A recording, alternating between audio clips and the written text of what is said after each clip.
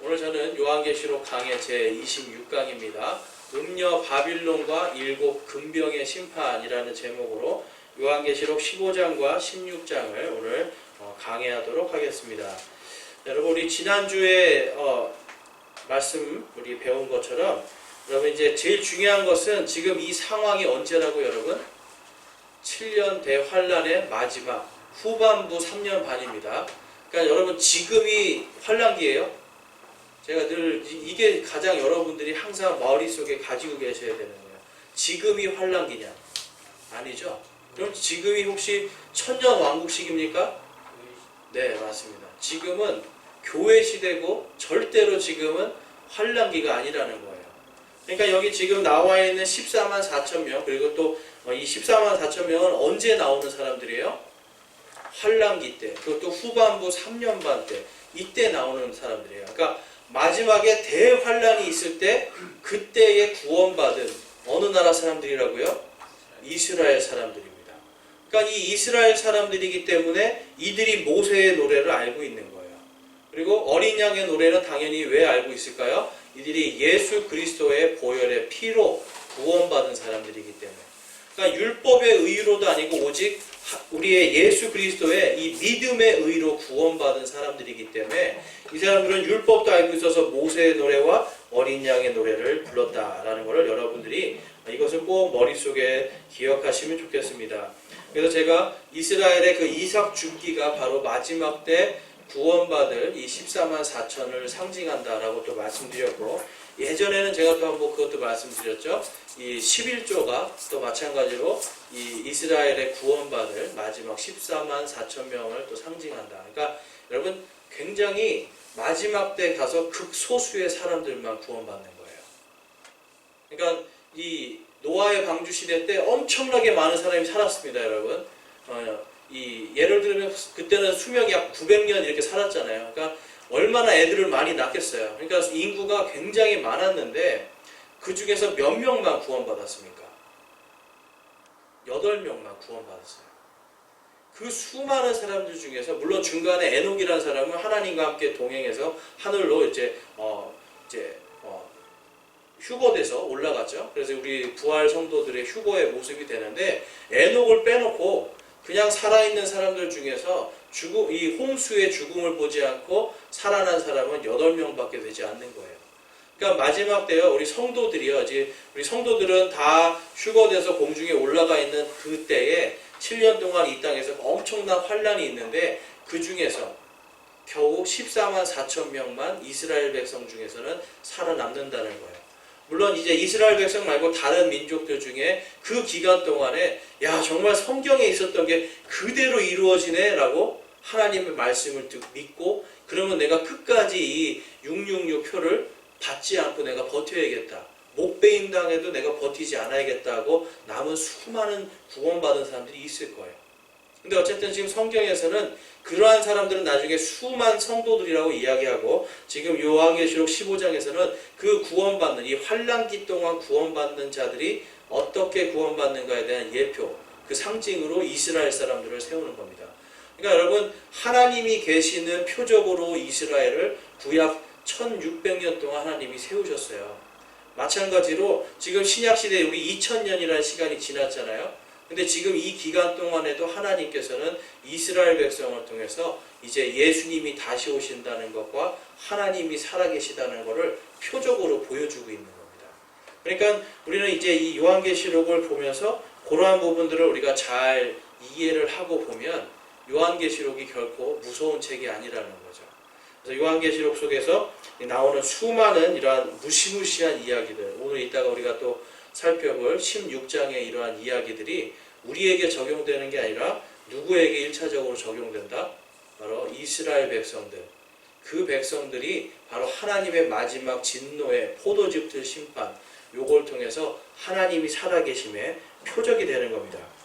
그래서 이제 이삭 죽기 그리고 14만 4천 명은 앞에서 제가 지금 잠깐 간략하게 설명을 해드렸고요.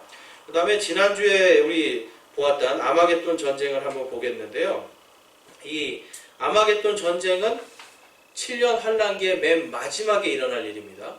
그러니까 지금 이 일곱 봉인의 심판에서도 마지막 때에 있었던 그 일어날 전쟁에 대해서 나오는데 우리 요한계시록 9장 한번 보실게요. 요한계시록 9장.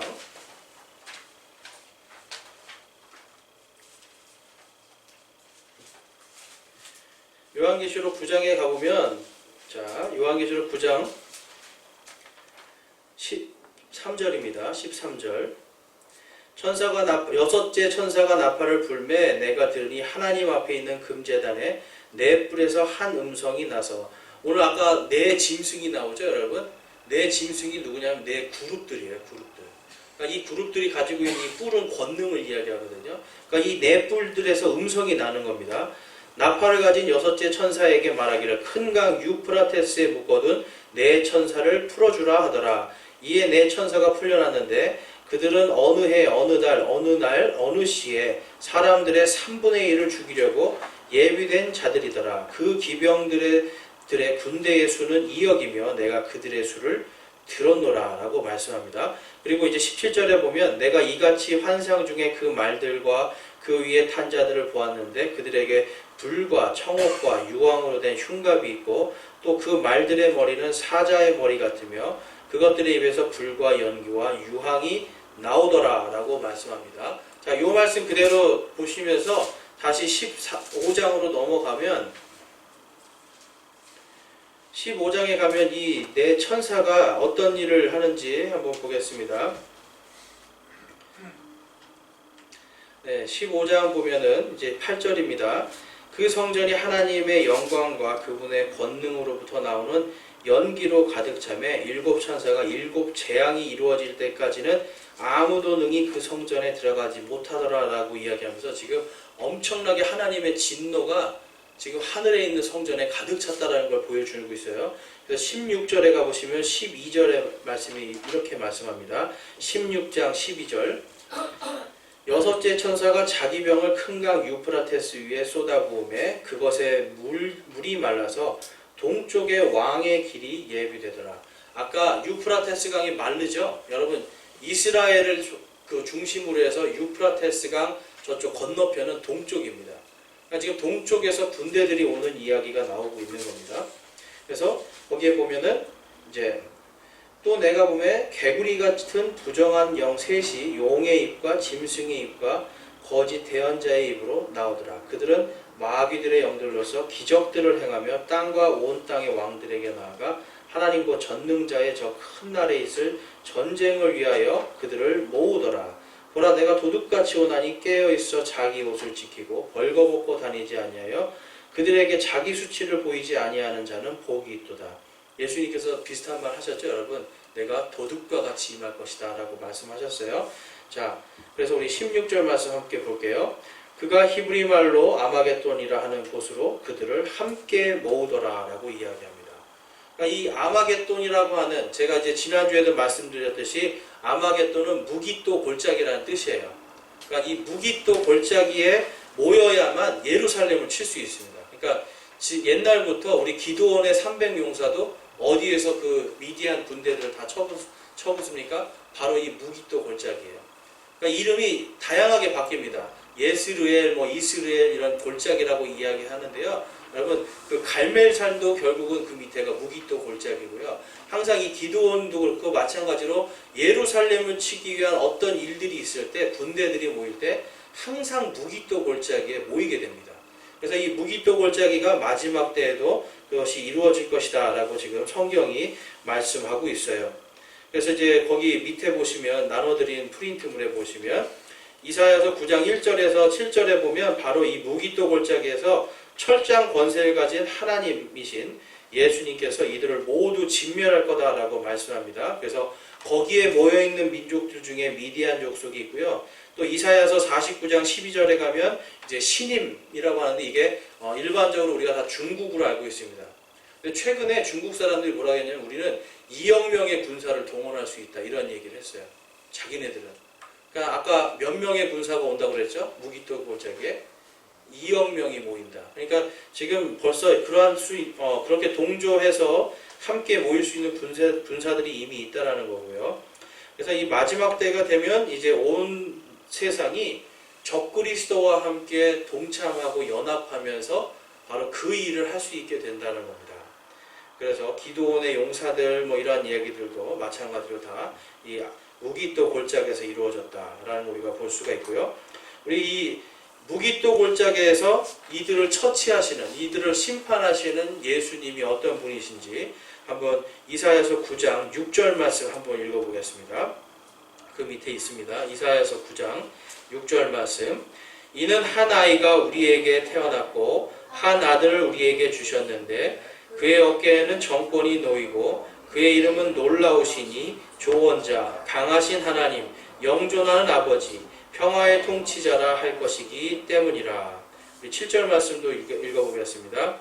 그의 정권과 화평이 번창하여 끝이 없으며 그가 다윗의 왕좌와 그의 왕국 위에 군림하여 그것을 정비하고 이제로부터 영원토록 공의와 정의로 그것을 굳게 세우리라. 만군의 주의 열심히 이것을 이루리라. 아멘.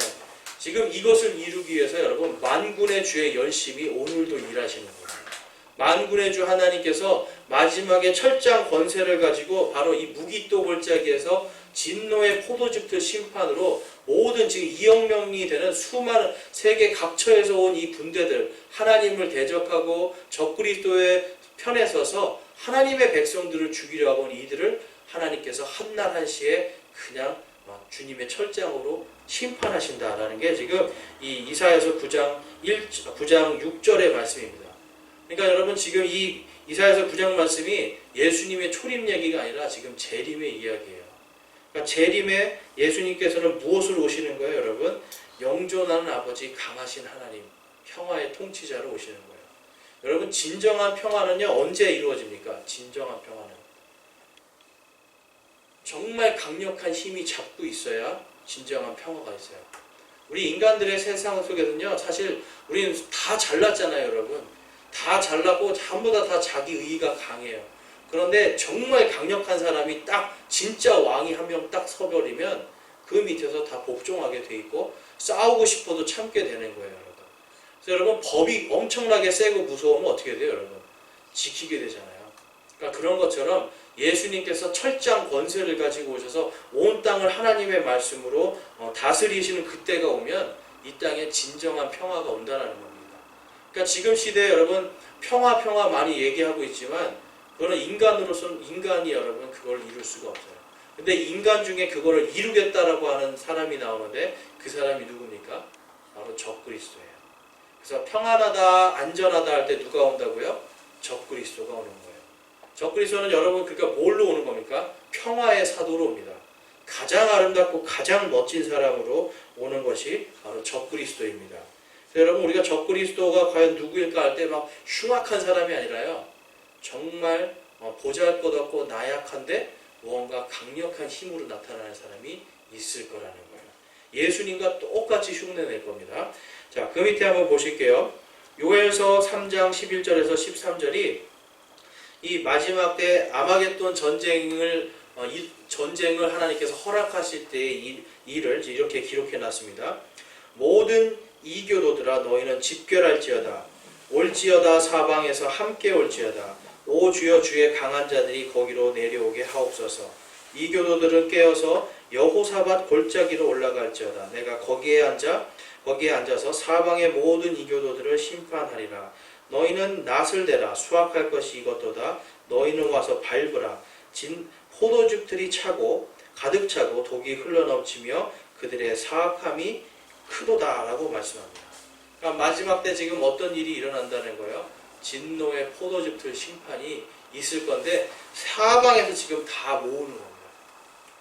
그러니까 다 모아서 한 번에 지금 하나님께서 다 물리치겠다라고 지금 말씀하고 있는 거예요. 이제 그 뒷장으로 넘어가시면 우리 지난주에도 봤던 도표가 있는데요. 함께 보시겠습니다. 그래서 이제 7 금병의 심판이 어떻게 이루어지는가. 여러분 7 금병의 심판은요. 결국은 뭡니까? 마지막 하이라이트는 뭐예요? 아마겟돈 전장이에요. 그러니까 7 금병의 심판까지 하는데도 믿지 않고 하나님을 끝까지 대항하는 자들을 마지막에 아마겟돈 이 무기또 골짜기에서 예수님이 철장으로 다 쳐버리시고 진멸한다. 라는 것이 이제 오늘 읽은 일곱 병의 심판에 대한 이야기입니다. 그래서 보면 16절의 말씀에 보면 16절 2절에 보면 이 악성 피부 질환이 발생하는 이야기가 나옵니다. 자, 2절 말씀입니다. 첫째 천사가 가서 자기 병을 땅에 쏟아부음에 짐승의 표를 가진 사람들과 그의 형상에게 경배한 자들에게 악취가 나며 몹시 아픈 헌대가 생기더라라고 이야기합니다. 그러니까 여러분, 이게 이제 지금도 여러분 이게 그러니까 제가 그랬죠. 이 표를 어디에 받는다고요? 오른손 안에, 그리고 이마 안에. 그러니까 겉에다가 이렇게 문신한 듯이 새기는 게 아니고 안에다 뭔가 집어넣는 거예요. 근데 여러분 손에 한번 나무 같은 거 박혀 보셨어요? 가시. 그거 한 3, 4일 지나면 어떻게 됩니까, 여러분? 이게 막 이제 염증이 나서 막 아프고 막 어떻게 하지를 못하잖아요. 이게 몸의 반응이거든요. 이 다니엘서도 보면 마지막 때 이 철과 흙이 서로 섞이지 않는 모습이 나와요. 그러니까 이게 뭐냐면 이 사람 몸에 여러분 철은 뭡니까? 반도체들이에요, 사실. 이런 반도체들 이런 것들을 뭔가 심어 넣는데 요게 처음에는 괜찮은데 나중에 한 2, 3년 3년 지나서는 뭐가 생긴다는 거예요? 아프고 헌데. 우리가 마치 가시가 박혔을 때 뭐가 막 염증이 나는 것처럼 되는 거예요. 그래서 사람들이 엄청나게 힘들어한다라는 게 나와 있습니다. 그리고 3절에 보면 이렇게 이야기하죠. 둘째 천사가 자기 병을 바다에 쏟아부음에 바다가 죽은 사람의 피같이 되어 모든 살아있는 혼이 바다에서 죽더라. 그러니까 바다에서 엄청난 재앙이 있을 거다. 그리고 4절에는 이제 강물에 엄청난 재앙이 있을 거다라는 말씀이 있고, 그 다음에 이제 6절 말씀에 보면 그들이 성도들과 대언자들의 피를 흘렸으므로 주께서 그들에게 피를 주어 마시게 하셨사오니 이것은 그들에게 마땅하나이다 하더라. 그러니까 마지막 때 끝까지 하나님을 대적하는 나라들, 이러한 민족들에게 하나님께서 바다를 피로 만들고 강물을 피로 만드는 거예요. 여러분, 핏물이 온 세상에 다 쏟아지면 어떻게 되겠습니까, 여러분? 살 수가 없죠. 그렇죠? 먹을 물이 없으면 누가 살겠어요? 그럼에도 불구하고 끝까지 이들은 하나님께 무릎 꿇지 않는 겁니다. 인간이 얼마나 악한지를 볼 수가 있는 거예요. 자, 그 다음에 8절에서 9절을 보면 이제 태양으로 하나님이 그래 너희들이 이제 물로도 너희들이 말을 안 들어? 그러면 이제 한번 요것도 당해봐라 하시는 거예요. 자, 8절입니다. 넷째 천사가 자기 병을 해 위에 쏟아부음에 해가 사람들을 불로 태울 권능을 받아서 사람들을 큰 열기로 태우니 그들이 이 재앙들을 다스리는 권능을 소유하신 하나님의 이름을 모독하며 또 회개하지 아니하며 그분께 영광을 돌리지 아니하더라라고 이야기하고 있습니다. 그러니까 여러분 태양이 여러분 지금 위치에서 여러분 약 한 3km, 4km만 앞으로 오면 어떻게 되는 줄 아세요? 다 타 죽어요. 근데 이때는 더 앞으로 올 수도 있다라는 거예요. 진노에 아니면 하나님께서 정말 진노에 이 금병을 부어가지고 더 뜨겁게 달궈버리실 수 있어요.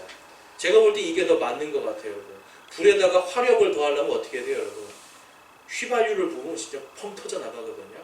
이 금병에다가 기름을 가득 담아서 거기다 부어버리면 이 태양이 더 활활 타오릅니다.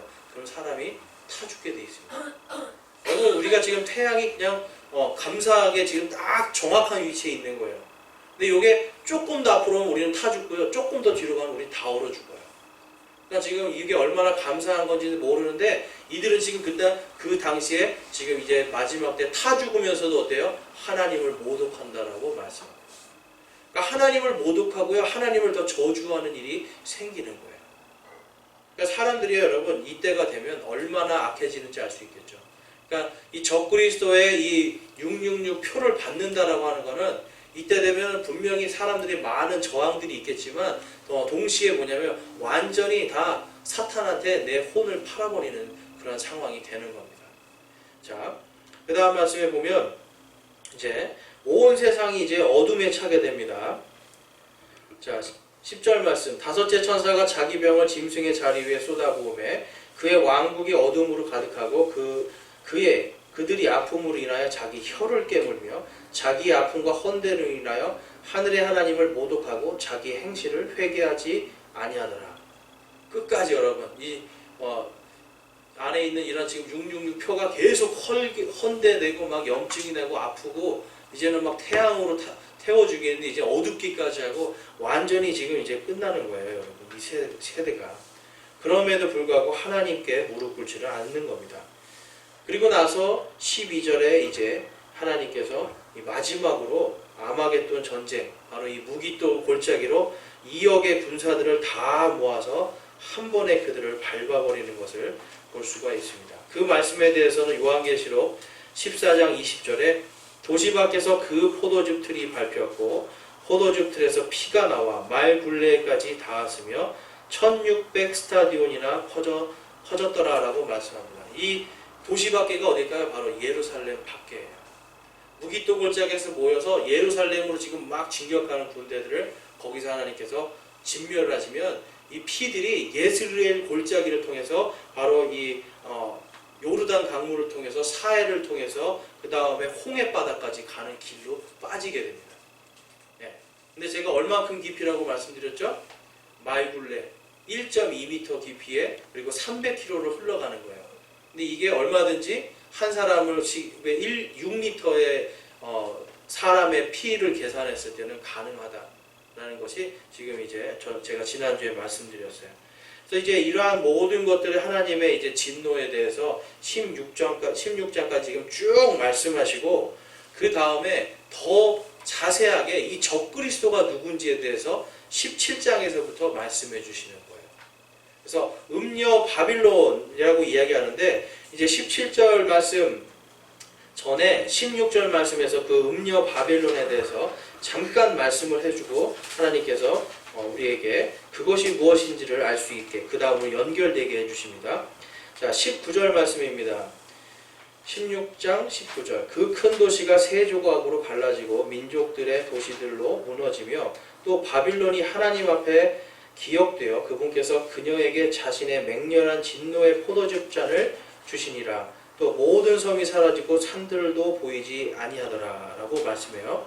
자, 그러니까 마지막 때 음녀 바빌론이라는 게 나오는데 여러분 음녀 바빌론이 뭔가에 대해서 수많은 이 종교개혁자들은 뭐라고 얘기하냐면 바로 이 음녀 바빌론이 바로 천주교회다라고 이야기합니다.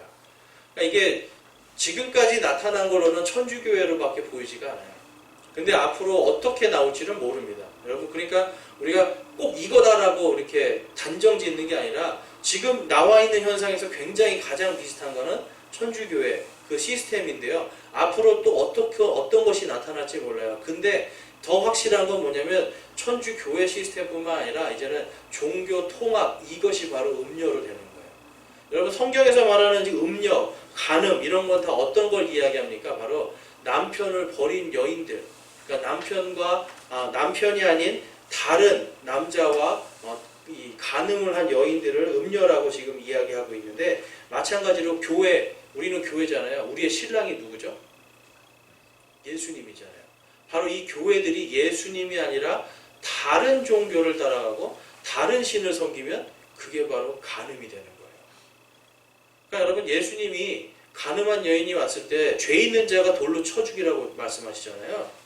그러니까 율법상으로는 그렇게 되는데 예수님은 그게 영적인 부분에서 지금 예수님과 교회의 어떤 신랑과 신부의 이런 관계 속에서 예수님은 끝까지 누구를 사랑하신다고요? 우리 교회들을 사랑하시는 거예요. 그리고 죄를 짓지 말아라고 이야기하죠. 그런데 이 마지막 때가 돼서도 끝까지 예수님을 사랑하지 않고 지금 이 유대인들이요. 바로 이 음녀 바빌론 이건 여러분 꼭 카톨릭뿐만이 아니라 종교 개혁을 해서 종교 통합을 해서 하나님이 아니라 다른 것들을 적그리스도의 시스템을 적그리스도를 경배하는 자들 또 그들을 바로 음녀라고 부르는 것을 볼 수가 있습니다. 그래서 그 뒷장으로 넘어가시면 음녀 바빌론에 체유해서 영적인 의미와 육적인 의미의 바빌론이라고 우리가 볼 수가 있습니다. 그래서 이사야서 21장 9절에서 10절 말씀에 보면 이제 그 마지막 때에 이 바닷가 사막의 땅 이라크 이쪽 지역에 엄청나게 큰 전쟁과 엄청나게 큰 하나님의 심판이 있을 거다라고 이제 이야기하고 있습니다. 자, 9절 10절입니다. 보소서 사람들의 병거가 2명의 마병과 함께 여기로 오나이다 하매 그가 응답하여 이르되 바빌론이 무너졌도다 무너졌도다. 그녀의 신들을 새긴 형상들을 그분께서 다 부수어 땅에 던지셨도다 하더라.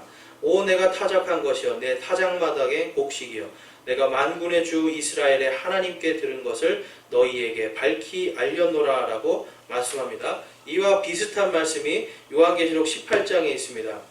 18장 16절에 이르되 가엾도다 가엾도다 저 큰 도시여 그녀가 고운 아마포와 자주색 옷감과 주홍색 옷감으로 옷 입고 금과 보석과 진주로 꾸몄는데 그렇게 많던 재물이 1시간 내에 없어지게 되었도다 하고 모든 선장과 배에 있는 모든 무리와 선원과 바다에서 무역하는 자들도 다 멀리 서서 그녀가 탈 때에 나는 연기를 보고 외쳐 이르되 이 큰 도시와 같은 도시가 어디 있으리요 하며. 자 여기서 보면 지금 이제 이 큰 도시라고 이야기하고 있습니다.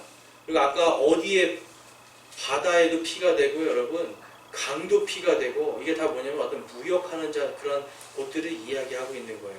근데 거기에 보면 이 음녀가 이 큰 도시로 지금 표현이 되고 있는데 아마포와 자주색 옷감과 주홍색 옷감을 입고 큰 보석 입고 금과 보석과 진주로 꾸몄다라고 말씀합니다. 그래서 거기에 보면 지금까지 여러분 이제 현 시대까지 나타난 거에서 딱 이제 이런 분들입니다. 거기 보시면 거기에 그 맨 앞에 있는 분이 이 가톨릭의 주교입니다. 무슨 옷을 입고 있죠? 자주색은 보라색이에요. 퍼플, 보라색이고 그 다음에 가운데 있는 추기경은 뭘 입고 있죠? 주홍색, 영어로는 스칼렛입니다. 주홍색, 이 빨간색이 아니라요 주홍색이에요. 그 다음에 교황은 뭘 입고 있죠 여러분? 항상 흰색을 입고 옵니다. 그러니까 여러분 흰색을 아무나 입는 게 아니에요. 그러니까 이게 굉장히 높은 사람만 입을 수 있는 거예요. 근데 세마포, 이 고운 아마포는 다 무슨 색깔이에요 여러분? 흰색이에요. 아마포가 린넨이거든요. 흰색. 우리 보통 이렇게 하얀색 포대기를 이제 그 테이블보나 이런 침대 커버를 쓰잖아요. 이런 것들 하얀색이란 말이에요. 그래서 이 흰색으로 된 옷은 교황만 입게 됩니다. 근데 거기에 보시면 교황의 왕관이 3개가 있어요. 이게 이 관 이름이 뭐냐면 3층 천관입니다. 3층 천관. 자, 여러분 3층 천, 1층 천이 어디죠, 여러분? 지금 우리가 살고 있는 여기. 2층 천이 어디죠? 저 우주예요. 3층 천은 어디예요? 하나님이 사시는 그 천국이에요. 그러니까 지금 3층 천관을 쓰고 있는 거예요. 이 교황이. 그리고 거기에 다 지금 보면 보석과 금과 여기 있는 이제 실들이 있잖아요. 이게 스툴이라고 하는데 이게 다 은으로 지금 짠 거예요.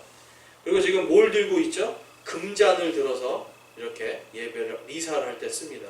그러니까 지금까지 나와 있는 거는 여러분 이분들밖에는 다른 데가 없다라고 얘기가 될 정도로. 그래서 여기에 가장 깊숙이 오랫동안 배웠던 이 마틴 루터라든지 칼빈 이 사람들이 다 가톨릭 사제들이었잖아요. 이 사람들이 뭐라고 합니까? 바로 이 적그리스도는 바로 가톨릭 교회 교황이다 이렇게 이야기를 하는 거예요. 그런데 여러분 이제 꼭 교황이라는 게 아니라 마지막 때는 이 교황도요 결국은 이 사단에 의해서 적그리스도와 연합하는 하나의 그러한 어떤 사람이 될 겁니다.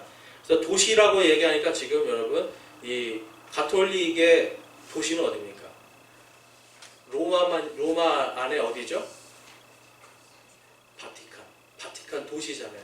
그래서 성시라고 부르잖아요. 성시. 마지막 때의 그 성시. 그래서 여러분 마지막 때 이 로마 카톨릭을 통해서 이제 종교 통합이 주도가 되고 결국은 이 적그리스도의 세력과 통합하게 될 겁니다. 그래서 그 밑에 사진에 보면 맨 앞에 있는 게 이제 그 이슬람하고 지금 교황이요. 이슬람하고 지금 연합을 하잖아요. 그렇죠? 가장 천주교의 적이 되는 데가 이슬람이에요. 네네. 그래서 이 이슬람하고 계속해서 지금 막 코란에도 뽀뽀를 하고 이제 아주 요즘에 난리도 아닙니다. 그러니까 이제 거기 가서 이슬람 거기 가서도 예배드리고 이슬람이 믿는 알라와 우리가 믿는 하나님은 같다 뭐 이런 얘기들이 막 나오고 있는 거예요. 그래서 여러분 이러한 것들을 통해서 이제 심지어는 이 제2차 바티칸 공회에서는 이러한 얘기를 말씀합니다. 이 도표 한번 보실게요. 요거만 하고 끝내겠습니다. 도표에 보시면 17장 18절 거기 18장 요약에 보면 제2차 바티칸 공회에 이렇게 이야기합니다. 구원계획은 창조주를 인정하는 사람들을 포함한다. 우선 그들 중에는 모슬렘들이 있다. 오늘 우리와 함께 마지막 날에 인류의 심판주이신 한 분, 자비로우신 하나님을 찬미하자라고 이야기합니다. 그래서 뭐냐면 이제는 이슬람을 형제로 받아들이는 거예요. 자, 그래서 옛날에는 개신교인들을 뭐라고 불렀죠? 가톨릭에서 떨어져 나간 자들. 네, 이단이라는 소리예요. 떨어져 나간 자들인데 요즘에 뭐라고 불러요? 떨어져 나간 형제들 이렇게 바꿨어요. 네, 품어 안으려고 다.